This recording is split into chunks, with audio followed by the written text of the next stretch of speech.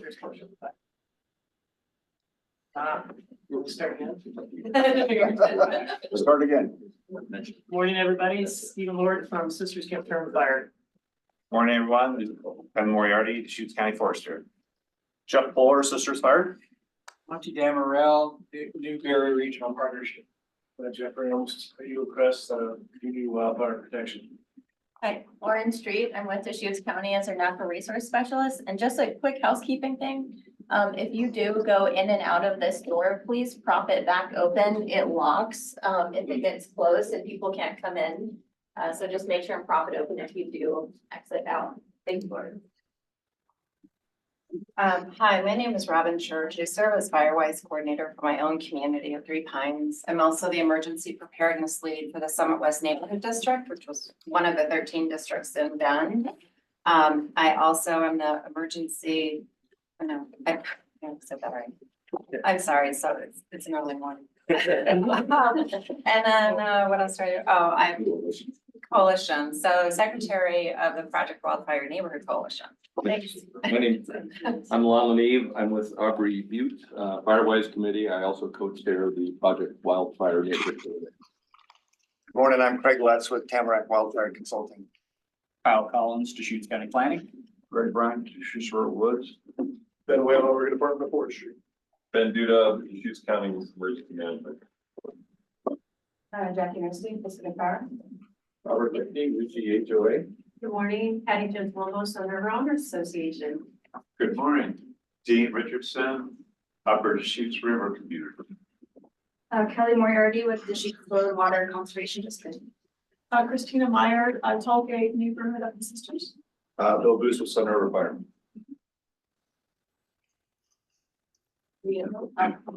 Brent Heiner, Deschutes County Natural Resources Specialist. If you're joining us online, could you please do your introduction in the chat? And hello. You want to do your introduction? Welcome. Oh, Yeah, you just walked in right. Now it's Mike Sherman from Trailside HOA. All right, Lauren or Kevin, you want to do some? Lauren, you want to talk about the grant going on, right? Yeah, so our fall fuel reduction grant that we put out that's available to communities. That is in the review process. The application period closed on the 30th of September. And so we are in the review process that is out to external partners. And we have some internal reviewers as well.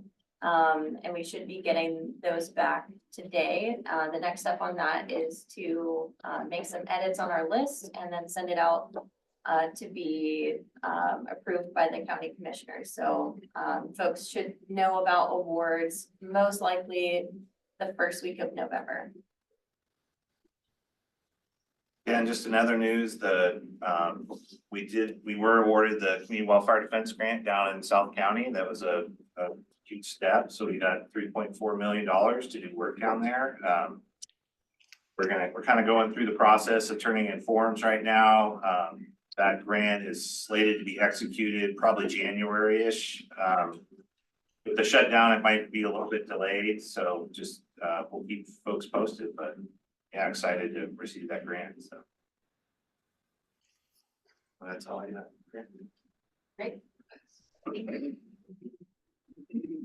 Okay, so this morning, we're gonna hear from Lon, one of the chairs of the Project Wildfire Neighborhood Coalition, to give us a little annual update of what we got going on. Yeah, I thought I'd give an overview of who we are, what we do. I'm not sure everybody knows what that is. And so it really started probably around 3 years ago with a number of us, several of us in this room. Kevin and Corinne and Melissa certainly was heavily involved, and Robin, myself, talking about just the concept of what might make some sense as a component of Project Wildfire.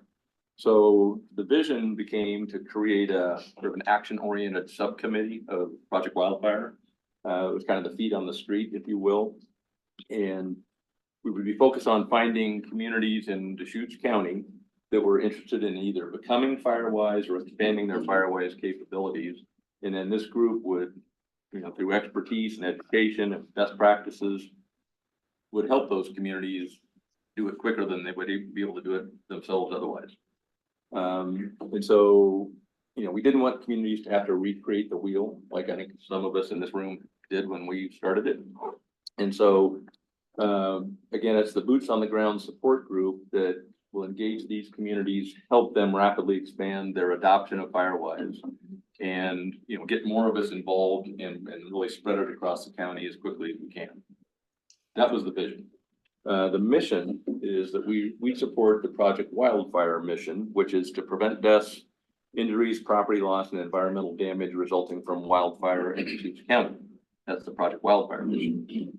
So hence our mission is to support the Project Wildfire's mission by improving fire adapted readiness one neighborhood at a time. And we mentioned a couple of the leaders of the group. So myself, I'm a co-chair, and I'm an review. Elizabeth Whitey, who is was not able to be here today. She's a co-chair, and she's at the parks at Broken Top. Robbins with Three Pines HOA. We also have Craig Rankert, who is kind of our IT specialist. He helped develop a Google Drive and maintains that. And that's a really good resource library that has, presentations and educational components in our meeting minutes, and has a lot of information available to any member that accesses that. And so Craig is with the Deschutes Market Road. We have recently added to what we call community leaders, and I'll mention a little more about the other areas in a minute, but Les Adams has volunteered to be, and he's from River Forest Acres in the La Pine area. He volunteered to be a community leader in that area, who's sort of the go-to person for communities close to La Pine. And so he focused on recruitment and mentoring, and just he's the guy to go to if you need some help, and he can help facilitate that, as opposed to trying to go through a more global approach with because he knows the La Pine area really well. We also have Christina Mayer, who I know you folks know well, in the Sisters area, and she's with Tollgate. She's back here. Oh, hi, Christina. And she volunteered to be the leader in the Sisters area, and I know you just had a large event. I think it was October 15th. We have, over 31 Firewise neighborhoods, Yeah. 11 sisters. And that was primarily for evacuation readiness. So It was just to meet each other and see who's doing what in sisters, and Perfect. try to get more momentum. So that is a good example of how it's leveraged real quickly to get a bunch of communities focused on it. And then so we need one more community leader in the Redmond area. We're having our first meeting in Redmond next month. And so we're hoping that we'll have a volunteer from that area that will do the same thing. We hold monthly meetings, kind of like this. Our meetings are on the third Thursday of every month from 2 o'clock to 3:30 in the afternoon. We do 10 meetings a month or a year. We don't have one in June because we have a membership event, and then we don't do one in December. But otherwise, we have 10 meetings a month. And we would love to have anybody participate in those. Please come. You can do them virtually. So if you have an interest in learning more about us and becoming sort of a member that's on the mailing list, I think Corinne is probably the best person to go to, or Robin. But just reach out to them. So they can put you on the mailing list, and that way you'll get all the agendas, the minute meetings, and that sort of thing. Their meeting minutes. And as I mentioned, we're having a meeting in La Pine. So this year, at Kevin and Corinne's suggestion, which I think was a good one, we started having meetings outside of Bend. Because they're up heretofore the 3 years worth of meetings. We launched it in January of 23. We've had about 30 meetings, roughly. They were always in Bend, out of their road department. And we had our first one in La Pine several months ago. We had last month was in Sisters. Next month will be Redmond. And the intent is that we'll have 2 meetings in each one of those areas a year, and 4 meetings in Bend. So it's really helped advance the membership number, as well as just obviously the awareness in those communities. And so that was a big step in broadening our outreach. As I mentioned, you can also join via Zoom. And in every meeting agenda, we focus on several different things. One is community outreach, trying to get out to more people and make them aware and hopefully get them involved. We have an educational presentation section often, and almost always a roundtable discussion session where people can bring up issues and that sort of thing, and we can talk back and forth and maybe help direct people in a certain direction that's helpful. So that's always on the agenda. And then we have a community support, sort of a mentoring opportunity for anybody that really desires that. So it's really, again, trying to connect people with people that have already been there, done that, and make it easier for people to kind of get to where they want to be. The membership representation. So we have a lot of experts, agency expertise in this room that we often have in this room and do have in this room right now. And that includes ODF, Bend Fire and Rescue, Oregon State Fire Marshal's Office, OSU Extension, U.S. Forest Service, Project Wildfire, Deschutes County folks, and others. We also have industry expertise and influencers that include wildfire consultants, power companies, insurance companies, fuel reduction assistants like part of Oregon. So these folks are often at the meetings. And then we have numerous Deschutes County communities, both HOAs and non-HOAs. And so I think we're well over 100 now that are at least kind of signed up to be members and they're on the mailing list. And again, they consist of both non-HOAs, which in the rural communities is a big issue, and trying to help people figure out how to become a Firewise community in those areas is really difficult if you have to try to figure it out yourself. But we have a lot of folks that have been there, done that, and so it's very helpful to have that kind of resource available. Our current priorities, I will say that our main focus will always be in helping communities to get to where they want to be. So that's really a standard in terms of our priorities. We want to look for a community leader in Redmond. So if anybody has any ideas or any interest, please let us know. Robin has been instrumental in the concept and the initial drafting of a Firewise community directory. So we would have, because it's really hard to figure out how many Firewise communities there are, who's the Firewise coordinator in that community, how do you get a hold of them if you want to, that sort of thing. And so Robin has drafted a draft of a questionnaire that will probably be going out pretty soon. That's intended to be directed to all of the Firewise communities we're aware of and have them fill out voluntarily the information they're willing to fill out. So having that kind of a resource in a database will be really helpful for what we're trying to accomplish. Again, led by Robin, and you touched on it. Robin's been spending some time with I think several of the 13 neighborhood associations and districts with regard to awareness of wildfire preparedness, what the coalition does, trying to connect that. And then, she is the emergency preparedness lead for Summit West. And so she can speak from directly what her role is there, working with some of the other districts and associations to try to expand that outreach as well. And finally, I'd say, and we had a briefing from Melissa last week at our meeting. And I'd say as a group, we are very excited about her new role in terms of she's the Deputy Fire Marshal of Wildfire Preparedness now. And she described it, instead of spending 10, maybe 15% of her time on that kind of focus, it's now 100% of her time. And so what she will be able to leverage and what we would be able to, hopefully we can assist her in any way we can with what she's trying to accomplish and the strategies she has. We're excited about the opportunity for how we can get involved in all of that. And it's primarily, I think, the city of Bend, but with rural districts and other things, the outreach will be even further than just the city boundaries. So I think that's something that we have yet to be seen in terms of what the opportunities are, but we'll be meeting with her soon on a number of things, and hopefully she can let us know how we can help. Did you want to add anything, Robert?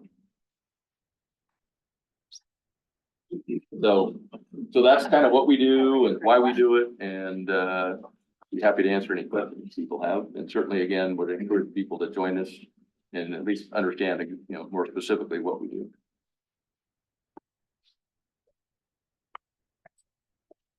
That question. Yeah, I wanted to thank you again for reaching out and coming down to La Pine South County.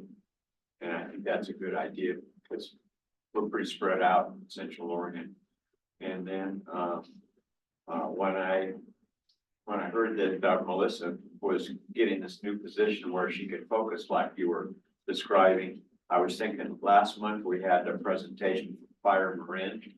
And once they got up to, I think 70 some Firewise communities, they have a lot of resources in that county. And they just hired a full-time person just to help coordinate the Firewise program.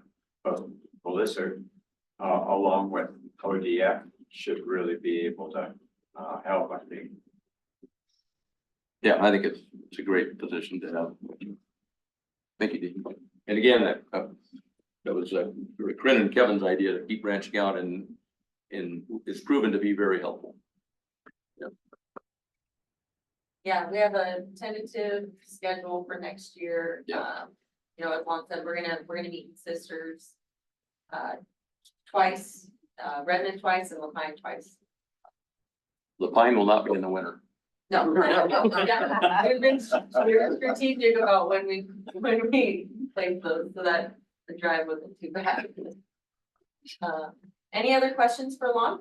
Yeah, I got a couple, maybe something that could help you out, Robin. I got an email from Christy Shaw that has all the Firewise communities and points of contact and their standing in Deschutes County. Would that be helpful for you? Well, so I've already connected with Christy and she very kindly provided me with that list. So I have it for Deschutes County. It was, she also asked though that I keep it confidential. I can understand. And so I, respect those boundaries. However, the creation of a directory will be voluntary. So all of the questions and so forth that we ask are optional. And so if people voluntarily provide that information to us, hence we can create a directory. So, but it will, our hope is that it will facilitate collaboration, across Firewise communities.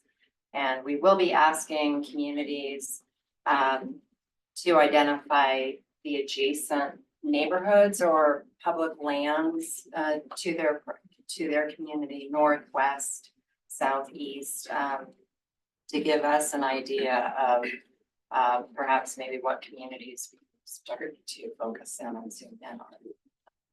Because we would like to encourage existing Firewise leaders to begin to reach out to those neighborhoods around them if they can, and invite other neighborhoods to their programs and things like that, just to build some momentum and facilitate some awareness and perhaps encourage others to become Firewise communities as a result. That's happened within the Summit West Neighborhood District as we continue to, reach out, to other communities or neighborhoods, I should say. Good, well, I'm glad you're getting the support from ODF, just want to make sure that we're helping you out. And then we thought about the Oregon Department of Financial Regulation.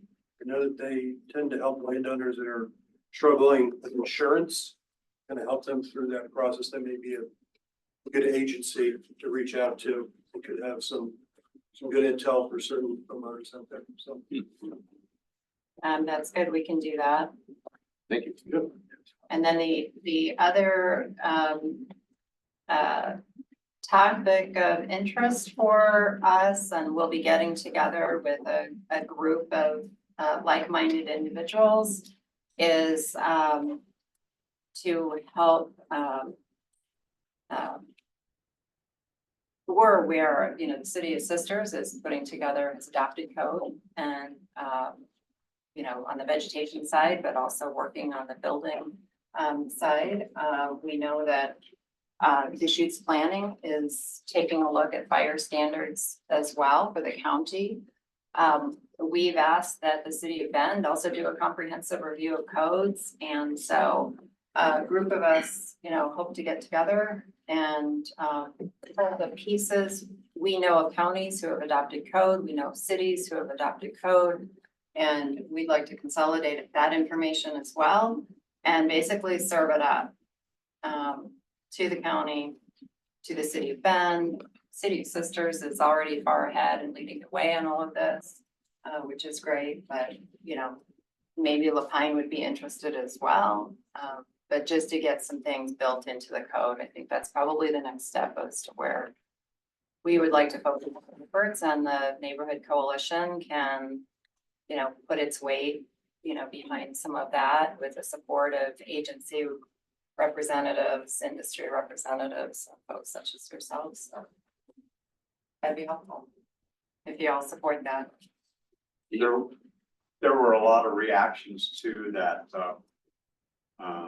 wildfire map, you know, risk map or whatever you want to call it. And, but one part that I was looking forward to was there was going to be some requirements for people to actually do something. And so when they got rid of the map, they got rid of that too. However, like you're bringing up, I think it's really great that individual towns or areas can come up with their own codes, which could even be, you know, more strict than what they would have done statewide. Well, that would have only applied to people in the high risk zones, right? Yeah. So this would apply to everybody. It wasn't gonna apply to anyone in Bend, for instance, you know, in the Bend proper area. I'm not sure about that. Oh, no, when they were gonna, so, based on that risk map, no, I think that was county, wasn't it? Yeah. Yeah. So, yeah, everybody's at risk. Right. Yeah. Thanks. Anything else? How do you foresee, like, in like the future, next year, 2, 3, 4, 5 years, that like the industry, like power companies, because I'm a power company, but other kinds of industries and stuff can help drive your message or help you with what we got going on here? Where do you see us in that play?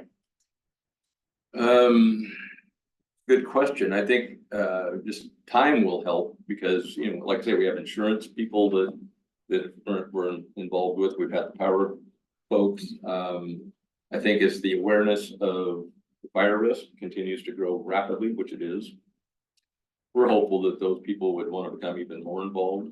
I can't identify an industry right now that we're looking to get involved. We'd like to have the insurance companies. What's that? Landscapers. Well, that's part of the, yeah, we do talk about that kind of relative to city code, but we also have talked about landscapers, contractors, realtors, being more involved in understanding what we do. And, you know, Marin County, I think it's a good example. I believe they have certification requirements for landscapers and maybe even for contractors that focuses on wildfire preparedness or fire preparedness. So I guess that's a good example. Those are the types of things that we would like to see evolve along the, you know, sort of requirements that force the spreading of the word and force the best practices related to what we're all trying to accomplish. So I don't know the answer to your question, but I think we'd love to chat with you more about that. If you have ideas about what you see, and how we can, over the next 5 years and how we can expand. I think that there's a significant opportunity with HOA management companies and reaching out to them. I know several that are promoting Firewise to their neighborhoods. And that might be one. And then with respect to landscapers, we see landscapers putting in, you know, new landscaping at newly built homes, and, you know, we come by and then take a look and tell people to rip stuff out on a wildfire risk assessment because landscapers are just putting things in too close and they're putting in the wrong types of things. So another real problem, and we discussed this at our meetings, is the HOAs themselves or the communities themselves often require what is counter to, you know, defensible space. And so changing your CCNRs and or your building requirements, landscaping requirements, which some of us have done, but not many overall, that sort of influence can make a big difference. And so that kind of goes to the management companies that often are involved in things like that, that just trying to get the awareness out there that those are specific ways that you can make long-term improvements in your community. Right. And with respect to the CCNRs, it's very expensive. It's a legal process to change those CCNRs. And many HOAs, including my own, will not, we're not gonna go there. We have in our CCNR something that states, your property cannot become a risk, a fire hazard to other folks, but that's as far as it goes, and then we can define what those rules and policies are. Maybe what we should be thinking about, instead of expecting every HOA to change their architectural guidelines and their CCNRs, maybe what we need to be thinking about at a higher level would be a state law similar to what Colorado has, that essentially states an HOA cannot prevent someone from mitigating their property. And that law was adopted as Boulder, Colorado was in the process to rebuild. So I think that we need to set our sights on something a little bit broader, that rather than expect individual entities to revise and go through the time, money, et cetera, to that effort. We're just never going to get there. So that'd be my suggestion. We did it. It wasn't that hard and it wasn't that expensive. Yeah. Because we didn't do it through the CCNR, we did it through our rules and regs. In fact, Craig helped us with it. And it was because the CCNRs are impossible in our organization to change. We did it through the rules and regs, and actually we're able to address both building and landscaping. The only downside to that is it's prospective. People are grandfathered in. We can't go backwards and force people to make these changes. We do somewhat on the landscaping, but certainly not on the building side. And so being a fairly mature community, it only affects ultimately about 10 or 15% of our homes. So to do it early, like you've been involved in more of the recent communities that build them right into the CCNRs and HO and their rules and regs, right. So as they develop. And I agree with that. I think that there are communities, and yours is a great example, where you had the political will or community will, and you can still have the governance structure to be able to do that. There are other HOAs that are defunct. And so a person lives in a community where they have CCNRs that exist, but for various reasons, there's no HOA structure anymore to facilitate the change, so that that people are residing in 30-year-old communities with these outdated CCNRs, and so with no mechanism to change them. And so in that situation, actually a state law that trumps the CCNRs would be beneficial for those communities. I know we're taking a little too long, but I will finish with this. No, it's related to all that. To date, we've sort of been, starting from scratch, chipping away at what we can, building momentum. And I think we've built a lot of momentum. Now I kind of feel there's a little groundswell of pieces coming together. We know a lot more. There's a lot more interest in more global approaches. City code and codes in other cities would be a good example. Your question is a great example. How can we get more people involved at a global level? So I think we're starting to see the shift towards a more strategic approach versus onesie twosie trying to get everybody involved. And I think this next year we'll see a lot of change, a lot of opportunities, and a lot more momentum created. It's in part because we now have enough experience, we have enough membership and enough interest that we're starting to think about things in a different way. Dean? Yeah, I just like to say that Patty's sitting next to me. I remember when Sun River was just starting, and everyone in Sun River was required to have a shake shingle roof, and they were restricted from being able to cut any small diameter trees, for instance, or do anything really on their property. And then after a couple of fires where houses burned down, they did a 180.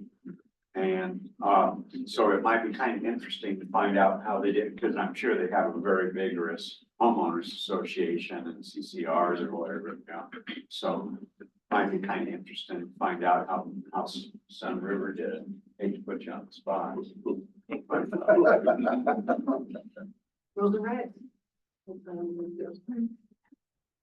And constant revision them. Yeah, that's, Constant revision. Yeah, I'm going for a big revision, because it's been a while. There's small changes along the way, but then there have to be some changes.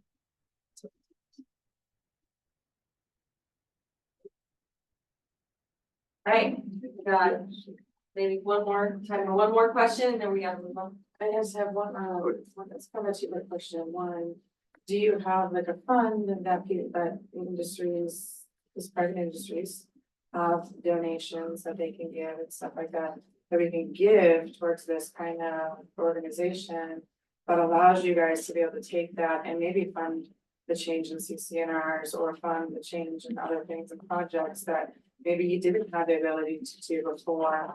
And then two, when we were watching that Marin video, they have this big kind of celebration or a big kind of like expo or something like that in the community for the countywide, for Project Wildfire. Is that something that, you guys might be thinking about doing? And then as a private industry, like I would love to do like that. what was that last comment? I'm sorry. As a private industry, we help support that and do, funding and things like that. Great idea. Thank you for. Partner with you on that or something. So those are some ideas in the future if you want to expand or. Yeah, so Project Wildfire Neighborhood Coalition is not a 501c3. I know Summit West Neighborhood District is applying for that to become a 501c3 so that we can serve as a fiscal sponsor for grants, but also essentially we can seek donations to do more. But it's something that I suppose we could talk about. Just I don't know if a county subcommittee could become a 501c3. I wouldn't think so. But they've talked about that, I believe the chiefs will correct me if I'm wrong, but like the fire prevention co-op has talked about doing kind of a summer wildfire preparedness kickoff there, like you're talking about, and I believe through the Fire Chiefs Association, they're 501c3. yeah, I think that Heather Miller, she's online. Heather, if she wants to talk to that, I think that they are looking at doing something like an Ember Stomp or something. Yeah, good morning.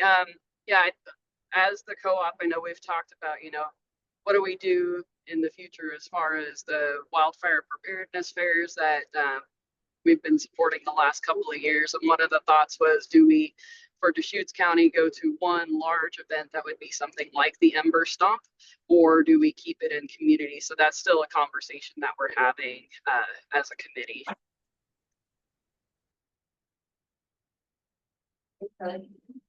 Thank you for that. All right, we are right on time. Thank you, Lon.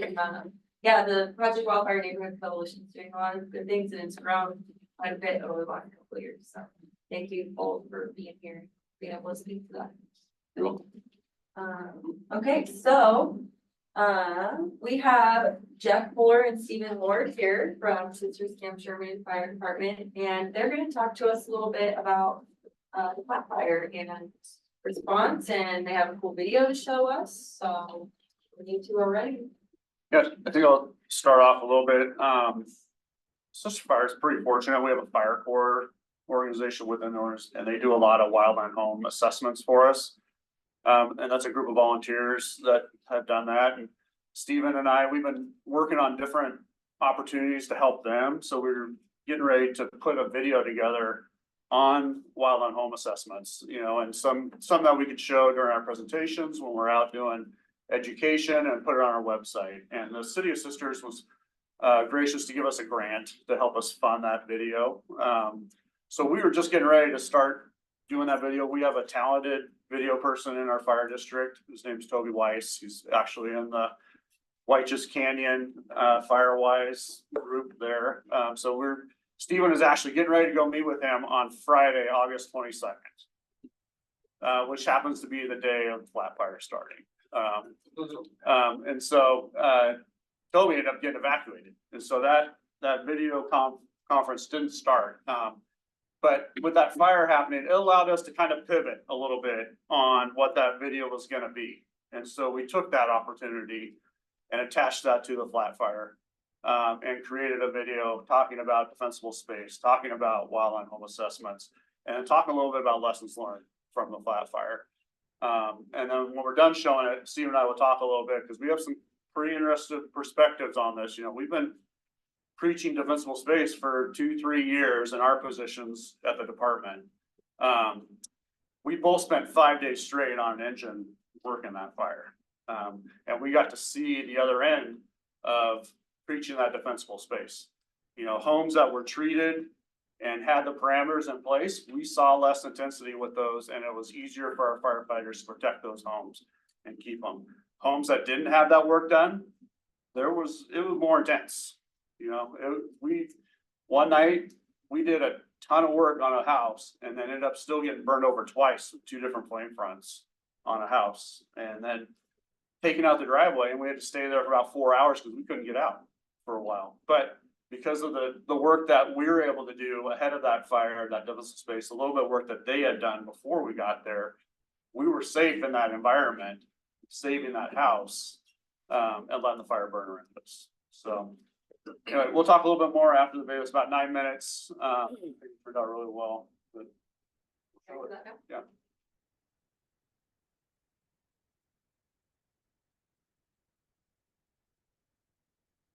You know, I want to move back here.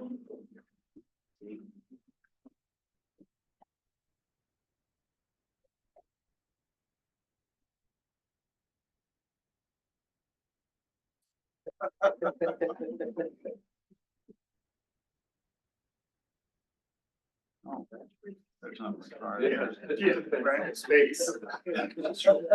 Defending against the Ottomans.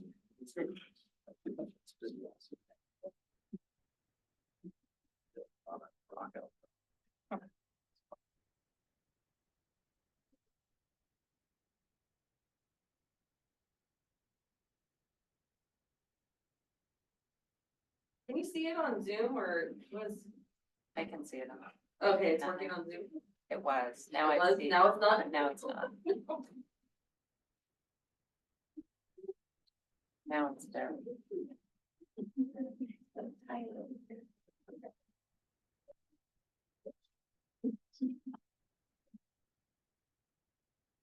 One more time.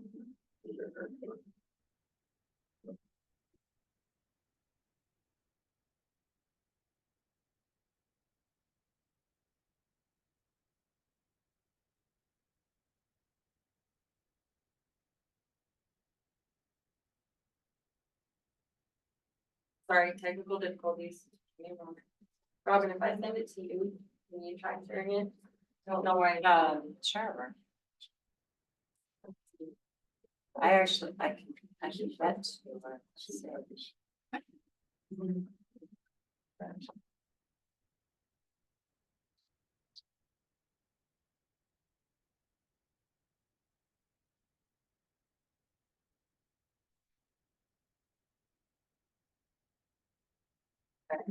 bet. Here the. Sure. Let's try it over here.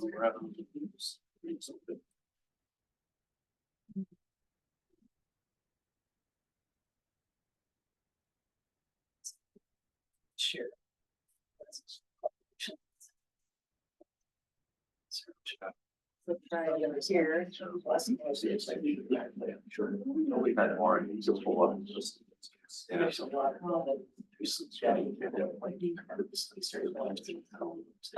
Yeah. Thank you, sorry. No, thank you, I'm such an idiot. I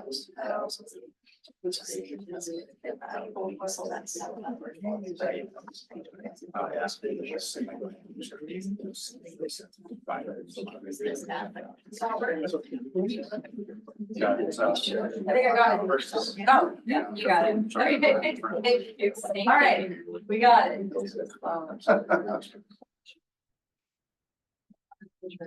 Okay. Fire. Of course. Oh, issues.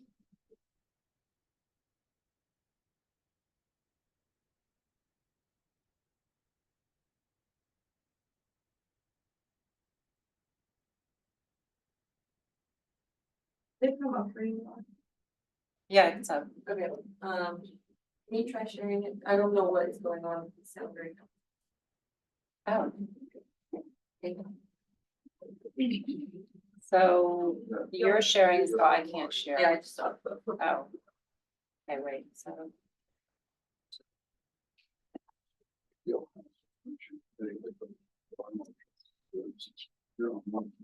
Evaluation grants. But I'm on the other side. No, you are. Yeah. Oh, where it was all ROI on the. Oh, yeah, with one grants, that's why I'm here. I think this guy is trying to go about Windows. It's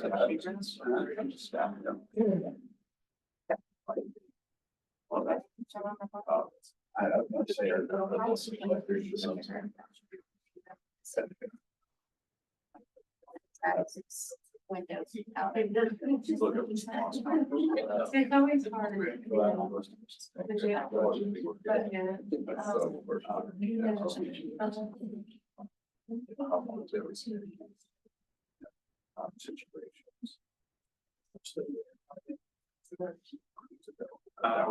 Good, man. Most of them lost them. A couple were close, but they just. It happened using stuff like it. Well, a lot of it, some, don't see it, some good about it. I see it now. Well, I think really it's time for us to not have our regular and housing resources. It was really that. Yeah. And that's what. Put money in for what just came borrow, yeah, for the grants. And how they get a return on what that's not. You look at this year, there was a lot more fire starts in the last year. Yes. We burned a lot like 9%. What happened? Ground.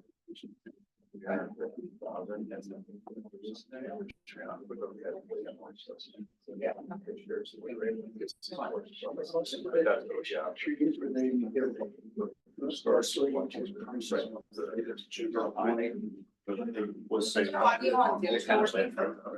Give me a thumbs up or a yes. Behind, it's kind of where. And that's a good deal. Gotta look at the majority of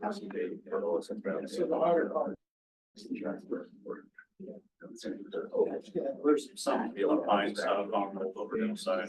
Yeah, our property, yeah.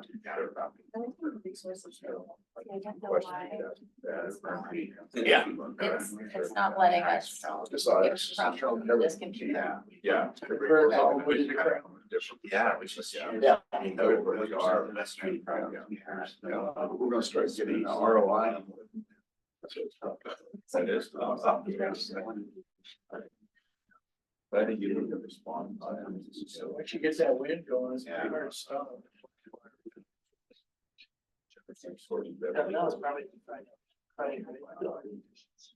Having.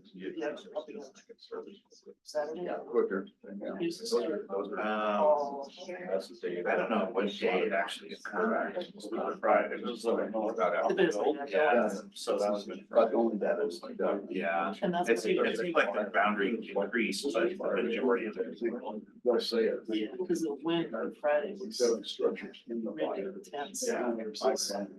There was a huge parcel. So, Yes, Laura, got a lot of resources. Yes, that's. so looking at is my screen. I can share it if you're still having trouble.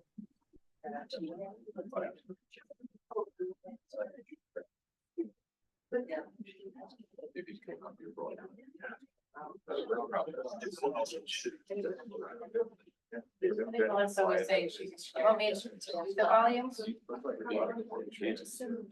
Will you pause yours, because yours is not. Yeah, what they did around there, and that's one. It's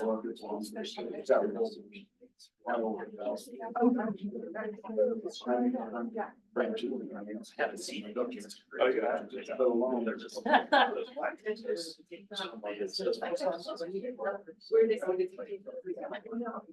I never say I didn't know that.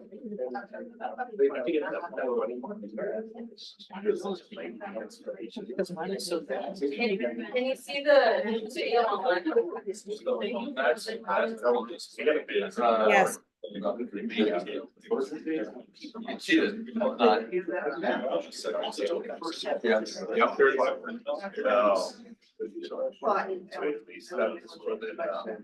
tough to get people saying.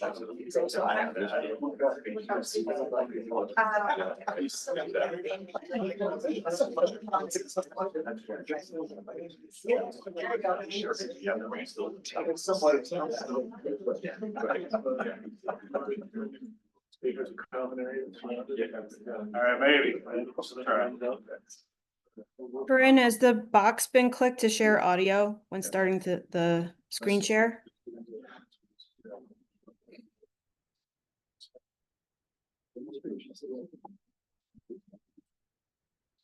Which one?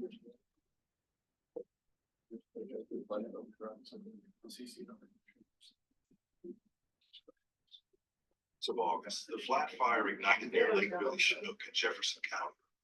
Fanned by wind and fueled by dry conditions, it ran 14 miles south, stopping just 2 miles from the city of Sisters. Local fire crews, federal agencies, and state resources came together with a massive response. Fire grew so quickly that Central Oregon's chiefs called for a conflagration, bringing in engines and strike teams from across the state. The lessons are clear. In wind-driven fires, time and resources run short. Firefighters must triage, choosing the homes they can defend and moving past those they cannot. That's why your role matters. Defensible space, clean gutters, reduced fuels, all give us the chance to fight for your home. Together, firefighters and residents can make Sisters Country safer, stronger, and ready for the next fire. When I moved here permanently, I had a crew come in and I had about 8 small junipers taken down, and it had all the trees limbed up 8 or 10 feet. And then, I do my best to keep the cheatgrass down. But then earlier this spring, we did a fireways meeting, and that's where I met Terry. Took down a broken limb for me. We looked at a tree down the canyon that was kind of questionable. There was only a few things that I needed to work on, and we took care of that. I think we were as ready as we could be. Things that I'm really glad that we did in advance, burning those firewise piles, and all the weed whacking, keeping things, low, especially on the canyon rim. Things that I would like to do better next time. The amount of pine needles and pine cones under the ponderosas, there's probably 10 years of buildup there, and it burned a lot hotter and a lot higher than anticipated.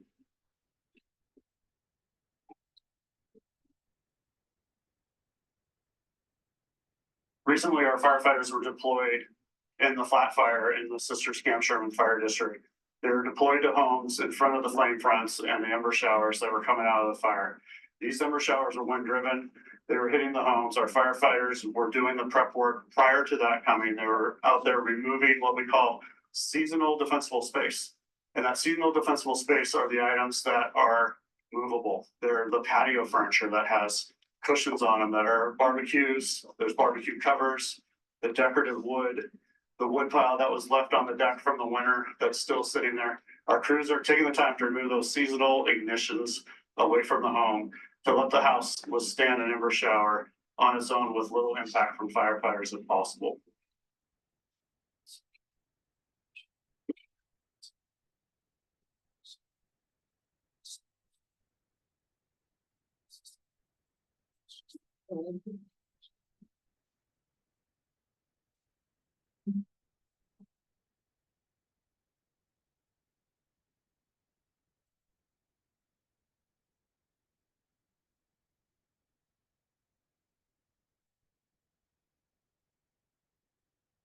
As the firefighters were first dispatched to the area of the fire as it was approaching, there were two things firefighters were doing. Number one, we're providing point protection for structures that were immediately threatened, suppressing the fire around those. And then some of us were also triaging structures that were in the fire's path that had not been affected yet. When we were triaging those structures, there were several things that came into play. As the firefighters approached the structure, we were looking for anything around that home that could cause it to ignite and start a fire. If the homeowners had been prepared, they'd already created a defensible space around that home of 5 to 10 feet immediately around the perimeter and removed all combustible materials from the side of the home. They'd also moved away any furniture or combustible materials such as barbecue covers, table covers, and propane tanks, things of that nature that could ignite and cause fire to their home. However, many homes had patio furniture with seat cushions that were made of plastic, styrofoam, and were combustible that we had to move away and put out in their yards or sometimes in their homes if they left the door open. This took valuable time for firefighters to go to the next house. So homeowners should be aware that those items, when they get that level 1, level 2 evacuation notice, these are the things they can do to help strengthen their home and harden their home against fire. They can take 5 or 10 minutes to walk around their house, pick up those patio cushions, put them in their garage, move the furniture, any heavy furniture out farther away from their house, move barbecues away, take all the plastic coverings off of pools or things of that nature and move it farther away from their house. On the second day of the fire, all the homes along the road were going to be affected by fire that day. And as firefighters were fighting the fires that walked down the canyon, there were several things that came into play that day as we were defending those homes from the fire. Number one was the fuels reduction project that had occurred the previous year by the Firewise initiative. Properties that have been treated in the area that have been treated in the canyon for Firewise and fuels reduction, as the fire approached those areas, the fire activity was less intense, allowing firefighters to more effectively defend those homes and defend more of their property and prevent fire from getting too close to their homes. It also reduced the overall effects of the fire. Farther on down the canyon, where no fuels treatment had taken place, the fire activity was more intense and caused higher heat and made life more difficult for the firefighters as they were defending those homes. The Sisters-Camp Sherman Fire District offers free consultations for local homeowners to review their home and look for ways to make their property more defensible during a wildfire and to help prevent the spread of wildfire. To schedule a personal wildfire home assessment, please visit sistersfire.com and submit a request form. Someone from our team will contact you. Definitely be prepared. Don't think that it's not going to happen to you. It doesn't matter where you live. Fires are happening everywhere. I think kind of be mentally prepared too. This was the second time that I took a look around the house and said goodbye. It's been really great to be part of a group that has helped to be foresighted, to help avoid losing our homes, to work with the county on doing that, to go door to door, meeting neighbors who then also signed permission slips for us to do the work. That was really gratifying. I'm at a firm that allows me the time and freedom to pursue volunteer efforts that I really enjoy and am passionate about. And, having this fire come right up to our doorstep really got the spurs in my side. So now I'm talking to Jeff Polar and going to take the next steps on getting the volunteer firefighter made official. From the ground to the sky, crews, engines, and air support give everything to protect this place we call home.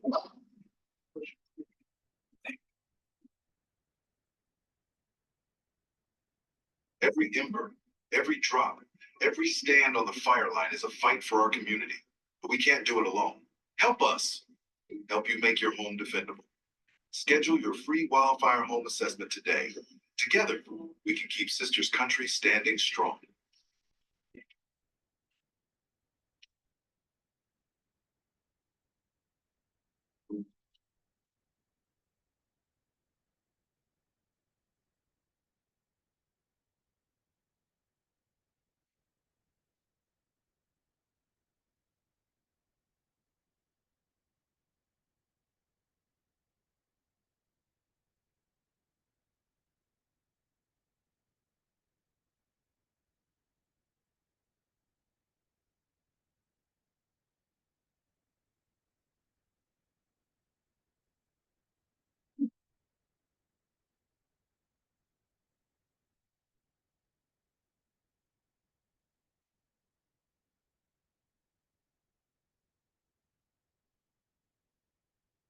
Okay.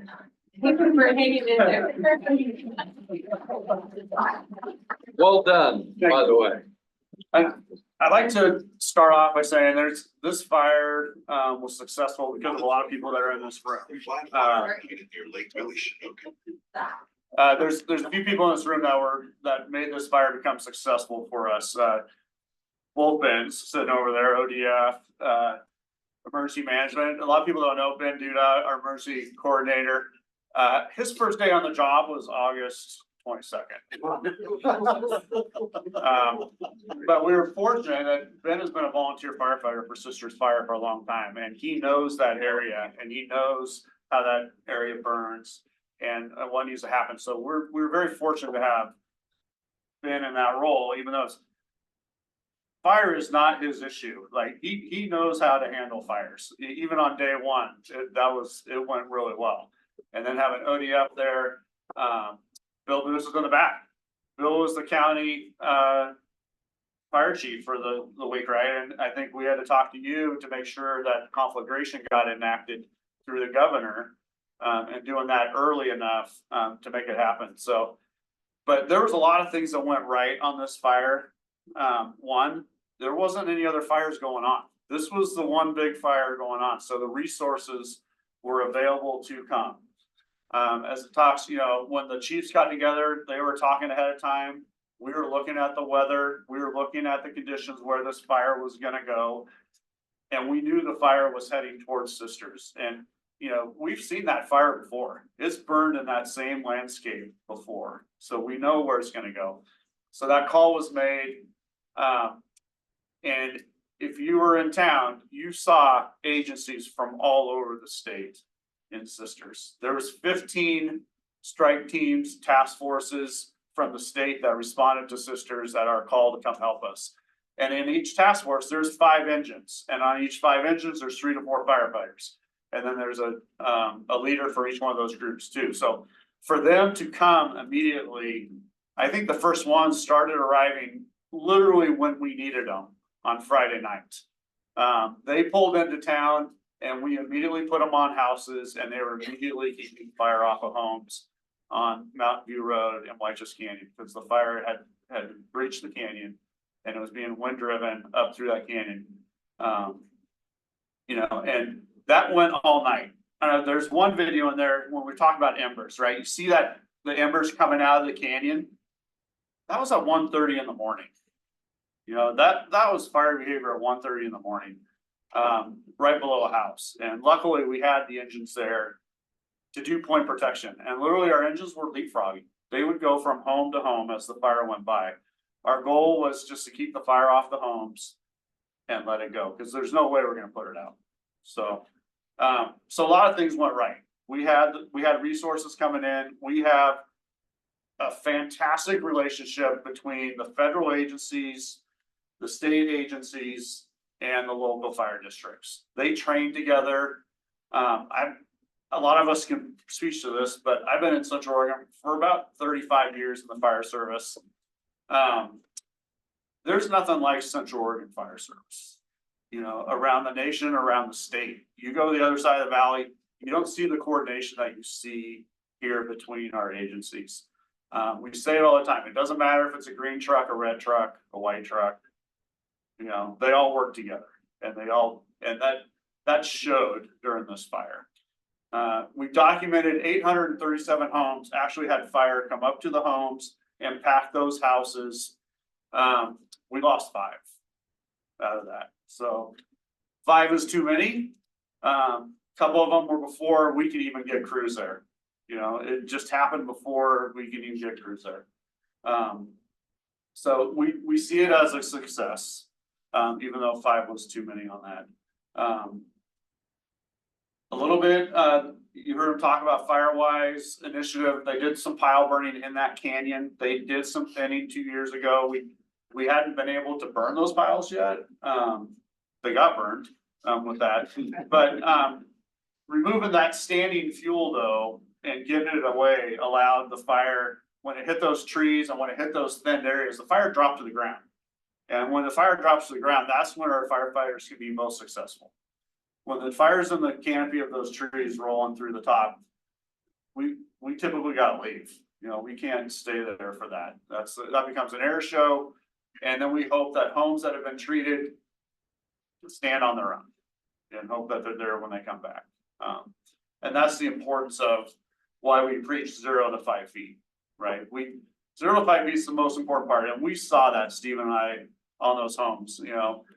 We know the embers are gonna hit your house. We can't stop the embers from hitting your house. We want them to drop to the ground and burn out. And that only happens when they drop into rock, or they drop into dirt, or they're on concrete or pavers. But when they land in bark mulch or a juniper bush, that's when it becomes difficult for us to save those homes. Because one thing, we're keeping firefighters at that home longer, where they really need to be moving on to the next one. And then we'll patrol those behind, but we gotta stay there longer when we have those types of fuels around homes. And then we gotta make a decision. Do we stay at this house? Or are we gonna save more by going elsewhere and letting this one go? So, yeah, so a lot of lessons learned with that. We definitely saw less intensity. The pilots that were overhead doing reconnaissance, after, when they come through, there's like, we could see where the fire intensity dropped in the canyon, where the fuels have been reduced. So I think it was a good perspective for us. We've been preaching this for a couple of years. We actually got to go fight it. We got to see some of the benefits of our work for the last couple of years. But we're definitely not done.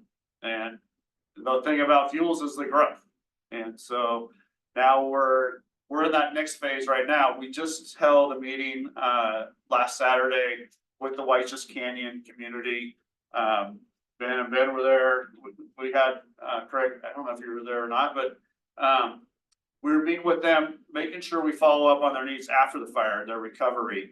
You know, our concern now is we burned off all those fuels. Well, in the spring, we're gonna have a lot of grass, which is a really light, flashy fuel that will burn fast and will dry out fast. So our concern is, how do we mitigate some of that? So we're working with those homeowners.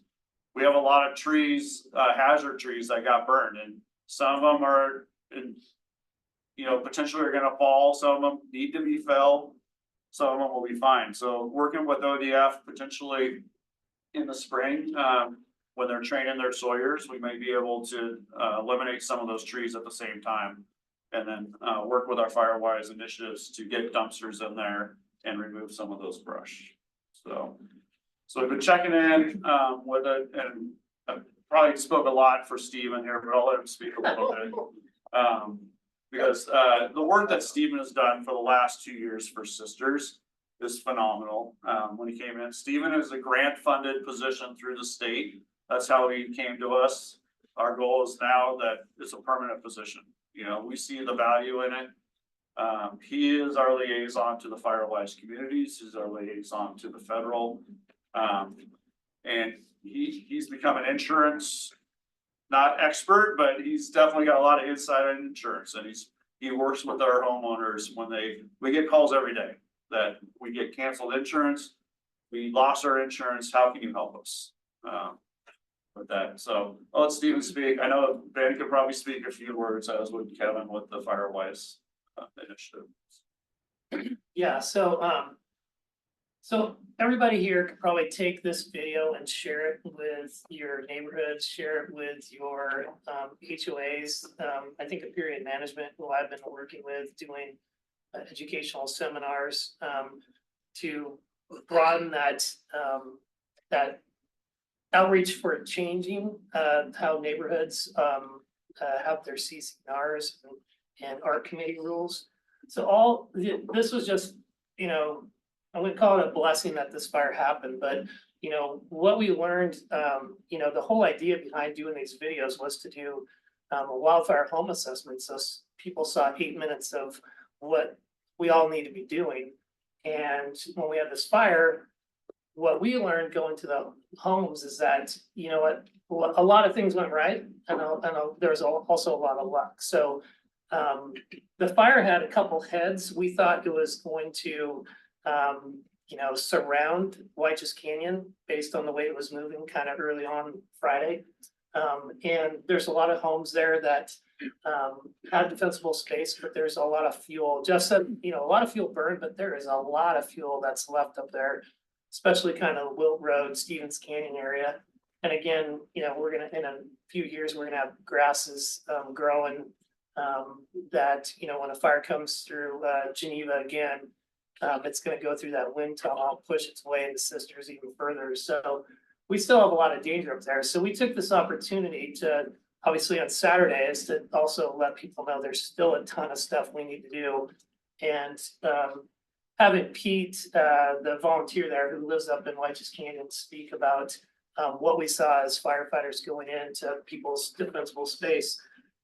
We saw great 30 to 100 feet defensible space, and that was Kevin Moriarty and the Firewise grants that came through that allowed them. I think probably started 4 years ago. 3 years ago, where they started doing fuels mitigation there. That Jeff alluded to, that gave a lot of us firefighters great defensible space for fire coming up the canyon and be able to protect these homes. But, to our back, we were looking at homes that had not real good 0 to 5 foot defensible space at all. And a lot of time spent trying to mitigate those, we called it seasonal defensible space, only because when Jeff and I were talking about, how this video is going to send a message, we want everybody in Central Oregon to know that during wildfire season, you want to be on level 1. So you're ready to go at a moment's notice. That level 1 time, if you're home, and I want you guys to share this with everybody, share it with your neighbors, share it with your, coalitions and HOAs and anybody that your neighbor or you talk to at the grocery store, to get this message out that, that seasonal defensible space is all, the seasonal is the things that we put out during summer that we can sit on and all the little land or the yard art that people put out, the bat box on the house or the bird nest, or we saw beehive habitats on people's homes. All that stuff is things that we have to spend time, doing a 360 on somebody's home. And on Friday night, we had about 3 minutes on the first house we came up to at the end of Mountain View before a 40-mile-an-hour fire was coming right at us. And luckily, the house I was on had that defensible space. We took some time to move some propane tanks and mats off the front porch and things like that. And that fire passed us almost before we even got water in our hoses. We had to extend our lines out to get around the home. 30 seconds later, that wall of fire was gone and left nothing but charred juniper trees that had no vegetation on them, black scarred ground. And then, as soon as we thought it was safe to get out of there, within minutes, we are going to the next home to get ready for that fire to come through again. Those are things that we as homeowners can take care of in that level 1, knowing that you have early warnings that things are coming, like Deschutes County alerts, telling us, hey, there's a fire coming your direction. Get your house ready, because if our agencies and all the experience, Jeff, Ben, all those agencies knew on Thursday night when that fire, actually Thursday early morning, that fire moved like a mile during the nighttime and weather wasn't in our favor that day, that they called for that conflag early on, knowing we were going to need help. And it's better to have that help there as soon as possible than to wait and call it too late. We didn't have time on a lot of homes up there at Mountain View to get those homes ready. And that's where a couple of homes burned right off the bat. As we came down, we were heading further south on Mountain View, getting other homes ready. That's where we started taking half hour to throw furniture off 2-story decks and move stuff away from homes, prepared for that fire to come. Now, we thought we only had minutes, like we just experienced an hour beforehand, but we had a little bit more time. Fast forward into Saturday, there's a lot of fuels that, a lot of the fire went across the canyon into the Cloverdale area. There's a ton of fuel on that side of the canyon.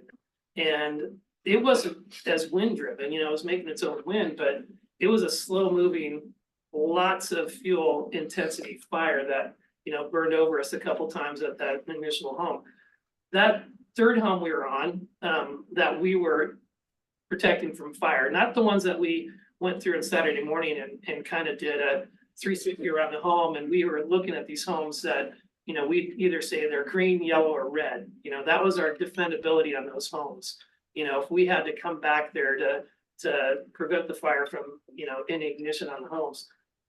When we were at that house on Saturday, that took us over an hour to get that house ready for fire. Now, if that would have been 10 minutes, I tell people in these wildland fire assessments, look, you've got to do what you can because we may not get there. And if it takes us over 10 minutes to get fuels away from your home or the stuff off your roof and your gutters, we're going to write your home off. And that's just the fact that if we can go to 3 of your neighbors' homes in 10 minutes a home in 30 minutes and save those homes from catching on fire as we try to make sure that in the fire's path, you know, assuming that we don't have a bunch of our partners showing up and it's just, you know, Blackview, Sisters, Cloverdale, maybe Redmond, Bend, Sun River, all of our normal responders, that we just have to write those homes off. And that's something I think hopefully resonates with residents that, you know, this is serious business. And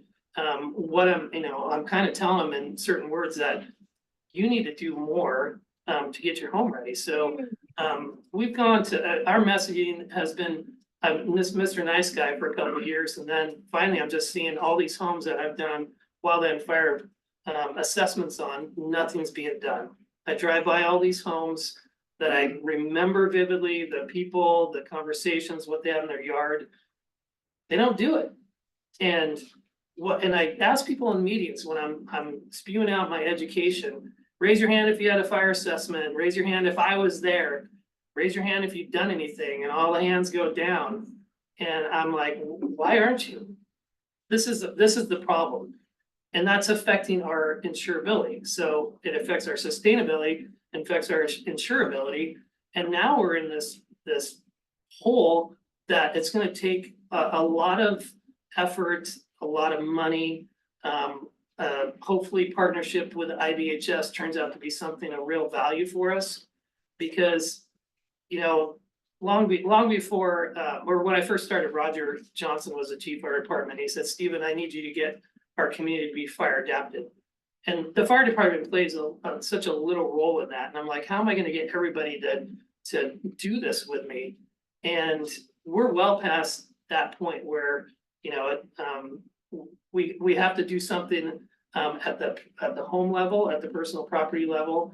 And Jeff and I also, you know, businesses are losing insurance. That happened when we first, like 2023, we started getting calls from businesses and sisters that are losing their insurance.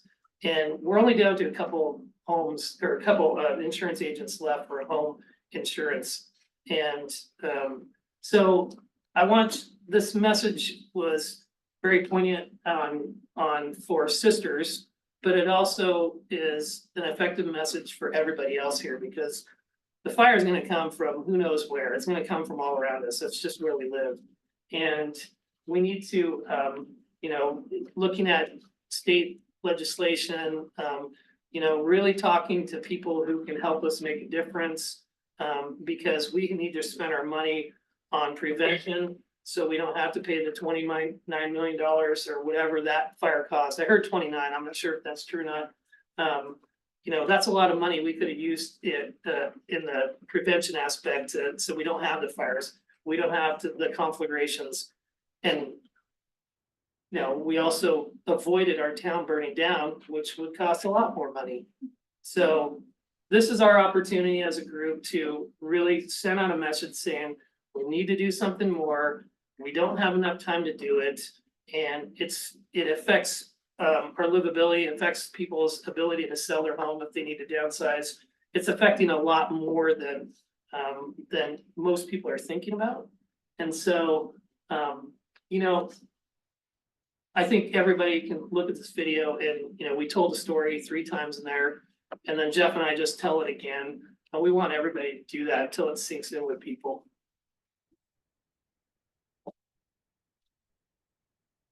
It's excellent. we've already got it going into the Ponderosa Pines community, which is where I came from or come from, and to the board of directors, to the members of the association, and hopefully it'll trigger a real favorable response as we move forward. People don't do anything until it starts hitting them in the pocketbook. Yeah. And it's doing it now. So I have no problem pointing my fingers at people. I was at Christina's tollgate, you know, and we had a bunch of friendlies in there that come to those meetings, you know, people that do things. And, you know, I said, honestly, if this fire would have started across the street from you guys from a lightning strike, your whole neighborhood would be burned down. Because we wouldn't have the time to get there, wouldn't have time for 1,200 firefighters to come from our state to help us out. Again, we dodged a bullet in having people there early. We dodged a bullet in weather. That fire would have kept on going through Aspen Lakes on Sunday if we would have had the same weather we had on Friday.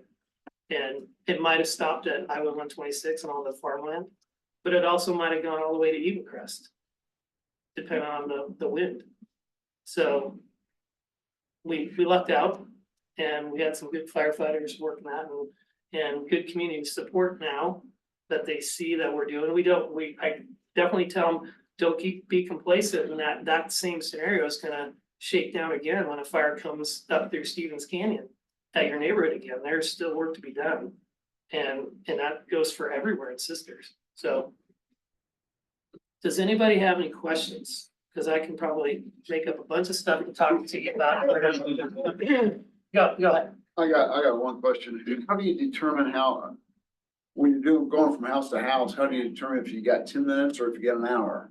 I mean, I'd almost say, you just tell everybody, I got 10 minutes to do triage your house, and that's it, even though. Well, we look at the most vulnerable spots of the house, and that's right in that 0 to 5, and also the roof and the gutter. Right. And it depends on how big the house is, obviously. Yeah. There's some big houses up there, but, you know, thankfully, we didn't have to get on more than one roof. Actually, we got on 2. Yeah. I think 10 minutes is a reasonable amount of time if you have a crew of, you know, 3 to 4 to get around, everybody take one side of the house and start pulling that stuff away. Now, if we have to cut I would say the brush, amount of the resources too that are there, like the first day, Thursday, Friday, all that work was being done with about 20 structural engines, and I don't know how many ODF engines were in there. I mean, there's federal agencies in there too, but you know, that's 20 engines for, you know, 600 houses initially. You're spreading it out, right? And so you're making those judgment calls, and a lot of it, it's the experience of your captains on those engines, looking at that house real quick and making a judgment call and saying, yep, we can do some good work here before the fire gets here. And we're gonna do that. You know, Thursday, we had a lot more resources in town. And so we could put we were assigned a house, and Saturday, Sunday, and Sunday too. But Saturday, we were assigned a house. We knew that the fire was still a mile away in the canyon, but by night it was gonna be at that house. So we had enough resources that they were able to assign us to that house, do the work in there, get it prepared, knowing that the fire was coming. So, yes, sir. I think we got time for like 2 very quick questions. Very fortunate that the resources were there, but we can't count on that. So, I know that there's a number of different things that need to be done, but if you don't have the resources and it just relies on how the communities are mitigated, what do you think would be the main things that would help the survivability of the structures? Well, it's what we've been preaching, 0 to 5 feet is the most important thing you can do. And eliminating those ignition sources around your house, and whether that's a juniper bush underneath the eaves, whether you have bark dust next to your house, or you have cushions and patio furniture on your deck, you know, I can't tell you how many reefs we took off of front doors. You know, to get them away, cause I mean, it's. A wreath on your door and one spark, Yeah. and your house Yeah. would be gone. Yeah, and it doesn't matter if it's surrounded by concrete, you know, if, Metal roof, yeah, everything burns underneath the metal roof and it just drops to the ground. yeah. And we saw that on a home. Yeah, so 0 to 5 feet. I mean, that's the most important, and as we work out from there, you know, out to 30 feet and out to 100 feet. So if you guys weren't able to, like, work on the homes, it could have been very different. If we weren't able to stay at the house, Yeah. it would have been very different on the homes that needed more work done. Yeah.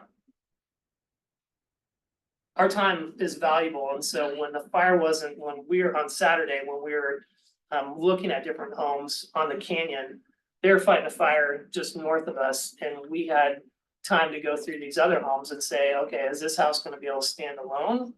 Do we have enough people up here? And then they sent us to the other side of the canyon to start working in those neighborhoods, so we knew which homes were gonna survive. You saw a bunch of those homes that are painted pink, that's where we were at. And there's some homes on that street, you know, that were green, and then we had red, because nobody had done anything. What's the problem with that? That home catches on fire, the amount of lumber in a forest that it takes to build that home is all fuel and everything inside it. Does that help your neighbor out if the wind's blowing from your home fire to your neighbor's house? No, everybody has to do it or it's not gonna work. Thank you. With the number you gave about the number of affected homes, and you think about the number of engines that were there, I've roughed in about a 10-to-1, 10 homes per engine. So yeah, they're picking and choosing it. Number one, they gotta make sure it's safe for a firefighter to be there. And then it goes on from there. And it's year round and it's in your neighborhoods. And some of the prevention fairs, I've been told, I live in the city, it doesn't matter to me. I've been into places like Paradise and Palisades myself and seeing where it does matter, and it matters year round. To harden those homes, and that 0 to 5 protects the whole neighborhood. Best bang for your buck. Is that 0 to 5. Costs a lot of money to take down trees nowadays. People are always concerned about the trees and they're around their house, and I said, well, let us come out and look at it. It made that, 60-foot pine tree that's limbed up, that's, 75 feet from your house, that doesn't need to come down. That people just don't, they need the education, and, we're happy to provide that, because we need to change kind of the direction that our town is going. And certainly, we've had a lot of support from this video coming out. And we're just trying to capitalize on that because people are engaging now. And we need them to engage now. Yes, sir. The fire was in areas that were, homes were much more dispersed, but when it comes to Sisters, would you have had more like 60 seconds per home to repair homes? Yeah, well, With the amount of one resources house we have. catching on fire in Sisters, and that structure fire people are gonna be there, and the next house is gonna burn because of the proximity. Yeah. There's a lot more homes closer in downtown Sisters that don't have any defensible space, older neighborhoods there. Even the new ones, because they put in the park dust and, our town is certainly not ready, and that's why, having people on city council, or, the planners ride around with us and look at the perspective through our eyes when we're driving around, looking at these homes, these neighborhoods, and pointing out things that are obvious to us, but not obvious to somebody else. They're like, whoa, I thought we were in much better shape for this. I'm like, we're not. If that fire wouldn't have stopped before Camp Hope Road, we would have been in our town probably could have burned down easily. Again, weather was on our side, so there's a lot of good things that happened, but the potential is definitely there. Yeah, I'd give praise to the City of Sisters. They are moving forward. They did put a defensible space code in for new construction. So anything coming in new will have that defensible space going to it, and they're right now. Looking at home hardening, our 327 for new construction, also for buildings coming in, so. I praise Sisters for their forethought and, working forward to that, and then, baby steps. Thank you, Stephen and Jeff, for the discussion and the video. That's awesome. Sorry, I have to cut it. We have 4 minutes left. We do have a steering committee meeting after this, so if there's anything that anyone wants to share right now for roundtable. We only have like 4 minutes left, so. Yep. Yep, I got one. I don't know, some of you may not know me, what I'm talking about, I'm with the Deschutes Soil Water Conservation District. Been here in the past and all, so we've been really engaged a lot with forestry. Now that we have our tax base, thank you very much. That was passed last November. During that time, we've been talking about our forestry program. What are we going to do to help out? And what are the needs? This group does a really good job in home hardening and all, but there is between ODF and myself, I think we're the ones that go outside the 100-foot zone for a lot of our restoration work and all. And so couple of the 3 programs that we are have online is an educational piece, which we work with ODF and W, ODF and W, of course, but OSU Extension, REO, and Jenna. And we'll be working on some workshops in the La Pine region and all, and those are going to be more of a education piece and implementation piece that we saw, make sure that landowners kind of see what actual restoration does, what fire prevention does, so then people in other neighborhoods can, join and get on board. So that's coming up. We have a couple, actually one area in the, let's say Huntington Road area that we'll be targeting, and then one in Ponderosa Estate. So we're really looking at South County on that. The other one happens to be with financial assistance. It's a financial assistance program. That one we're starting to take a look at what that's going to look like. What is that cost share going to be for folks on their lands? And the other one happens to be a post-fire. And that post-fire, well, you had the fire chief on the 22nd. Our post-fire, we just rolled that out on the 21st. And as I was driving back to Redmond, I see this glow in the sky, and I'm like, oh, that's in Jefferson County, no big one. And whoosh, the next day, here it comes.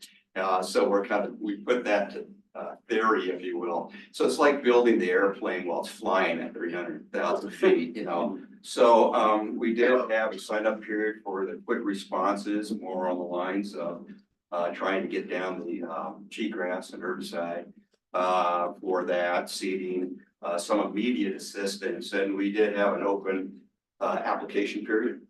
It closed last Sunday, 26 applications, a lot in the areas that y'all were talking about that really participated in that.